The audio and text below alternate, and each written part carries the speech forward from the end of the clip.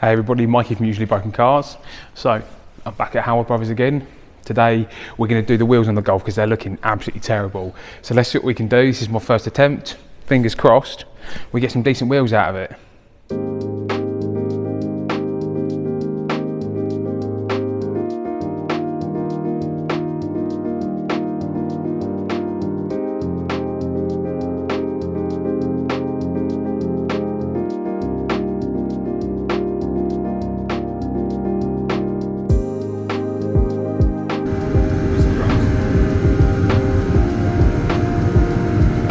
I would personally, I don't think blasting is going to do much to these. I think it's going to be a case of a DA to get that face back, and then you're going to need to take your time around the edges to get rid of that curb rash. Okay.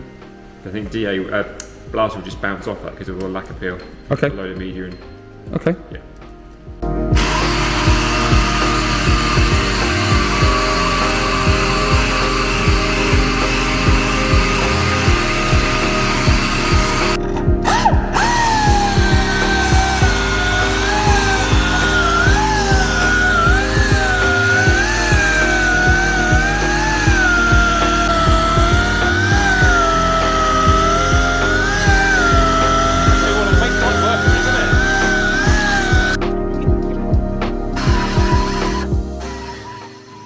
You can really see how badly pitted these wheels are.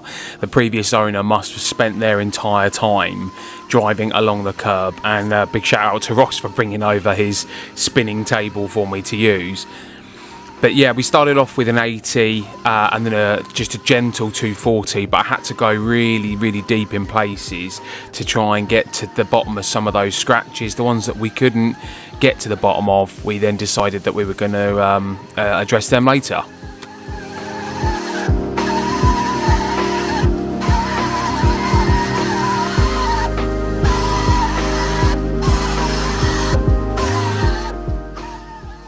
You guys are seeing this in times 10. Trust me, it took a damn sight longer to do than that. And also, how cool is that? They had old NASCAR races on as well. Ross loves rusty cars, don't you, Ross? Ross doesn't love rusty cars. Seems whenever I come down here, you're dealing with rust.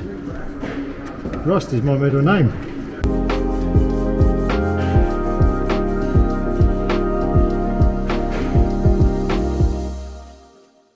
Once I'd finished with the DA, used a nice soft pad with my hands just to get into the crevices, and it really does show you the difference. Just by cutting them back, you can see how poor those original wheels are.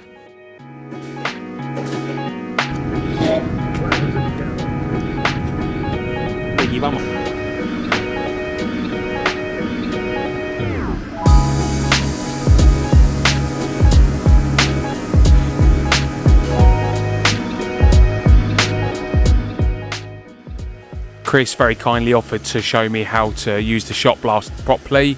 So we got the wheel in the tank and we went around where the valve would seat, just because there was a lot of build up of oxidization, and again we did the same around where the wheel cap goes and also down the holes for the wheel bolts, because it made a big difference there. In both places. Yeah, like you say, it's got in there and it's done it. Yeah. Well, I can't believe how abrasive it is. It is, but it's a good paint surface. Yeah. Does that make sense? Paint really sticks to it. And again, the same within here now, because I don't fear that it's gonna bubble and crack and shit. No. So what are we doing next, mate? So next job is to rub back the filler on the edges. Yeah.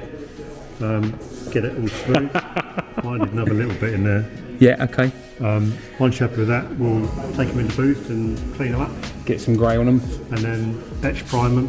Yeah. So the primer's got something to bite to. So with the stuff that's on here, am I hand sanding or? Either or.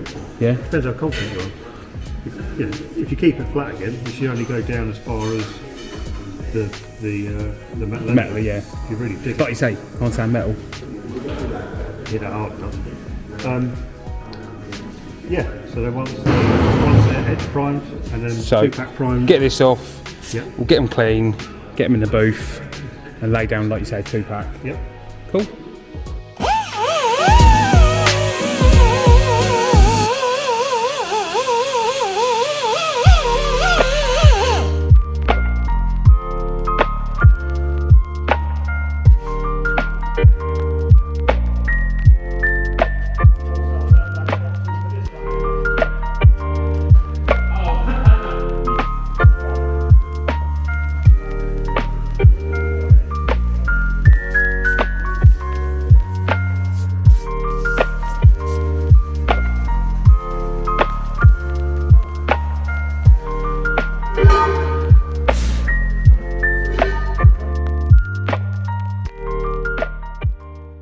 quick wipe down with some surface prep, and then it's on to laying the base coat down. But don't they look a damn sight better? Once they'd all been polished up properly, we then filled them and then sanded the filling back. I could not have been happier at this point, bearing in mind that I've never done anything like this. So yeah, very happy.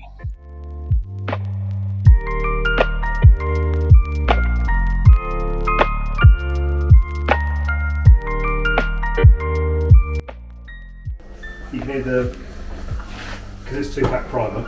Right. What does 2-pack primer mean? 2 parts. Okay. So there's a primer, And then the actual product, and there's an activator. Yep. Which you mix in with it. Which you mix in with it. Right. Okay. Scales. Because it's more accurate. Oh, we won't do 400 because it weighs more. There we go.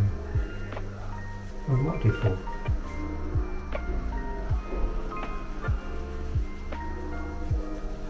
No pressure. Ah.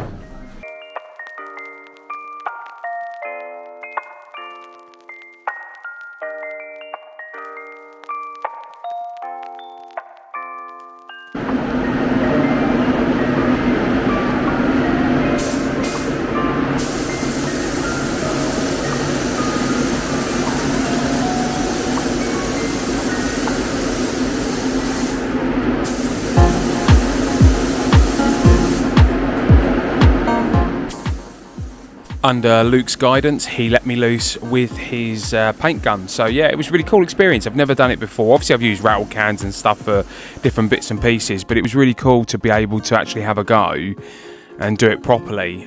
Very grateful for his tuition, and hope to get to do some more paint in the future.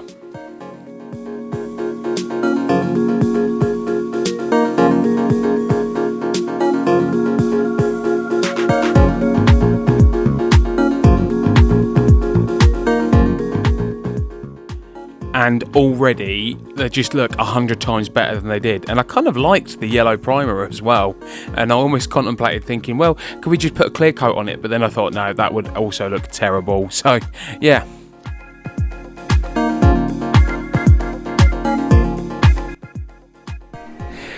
Morning everybody, so it is the next day, we are back in the booth. We're gonna have a look. There's a few runs in my paint, but first time I've used a gun, so you know, forgive me, please. But yeah, let's have a look and then maybe flatten them down, and we'll go from there.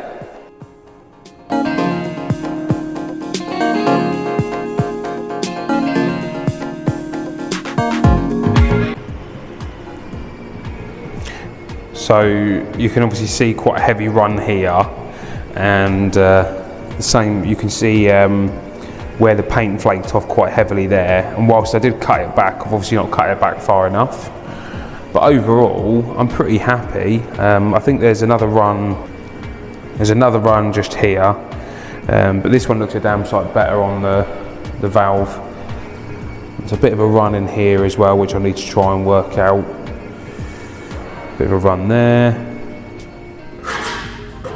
Still a prime. Yep. Can't really see what you're doing because it's all one uniform colour, so you need to do some guiding on it. Okay. I didn't expect that. And what does this do? So there's 2 ways to guide code. There's powder, Right, which is this, obviously what we're doing now. where you can get the pad and get it into the little crannies, or you can use just satin black aerosol. Like that, just a light dusting. The satin black will have to dry, Yeah. but where you've got the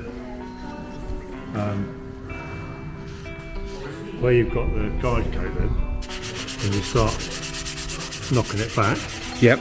you'll see, or won't see, any imperfections. So where there's black left behind Yep. is a low. Obviously where you hit metal is The metal. any further than that. But here you can see this ridge Yep. where you've got a filler edge Yep. that we knew was there anyway. So you just want to take that back until you stop seeing the black. So really for pinholes and there's an imperfection here. There's Yep. a slight high in the filler. Yep. So you just Until you can't see the black no more. back.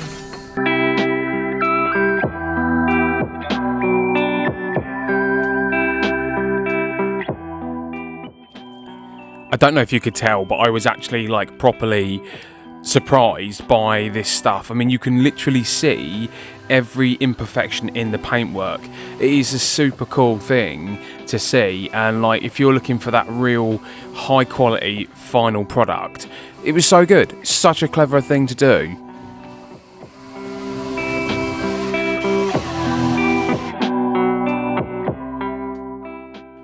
One more go with the DA just to get those imperfections out, and then yeah, back into the booth to get a second coat of primer.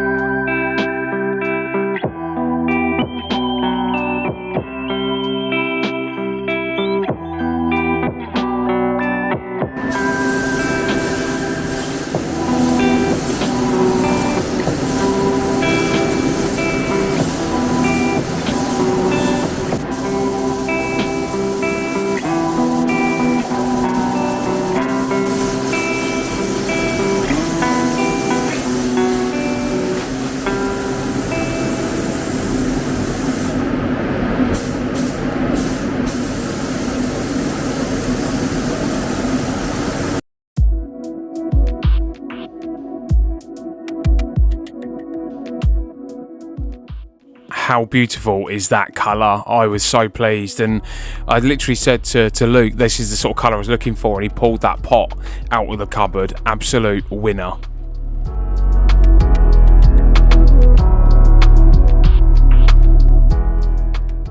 As always, massive thanks to Ellis. He always takes a lot of pride in his work, and he always looks after the wheels and makes sure there's no damage done to them while fitting the tyres.